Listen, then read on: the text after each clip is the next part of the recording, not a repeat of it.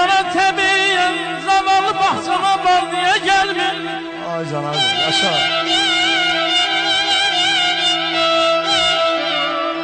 Senden diye kiley bana tebiyen zavallı bahçama bal niye gelmiyor?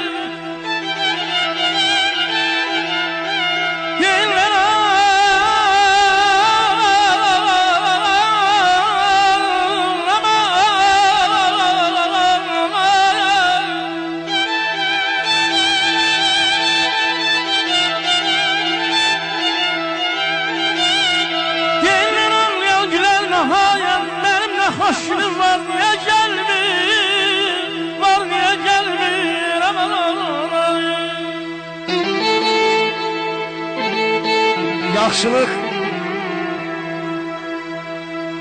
Yaxşılıq insanın yaraşığıdır. Pisliğin adını daşımaq olmur. Dünyada bir dəfə ailə qurursan, Allah uzaq eləsin.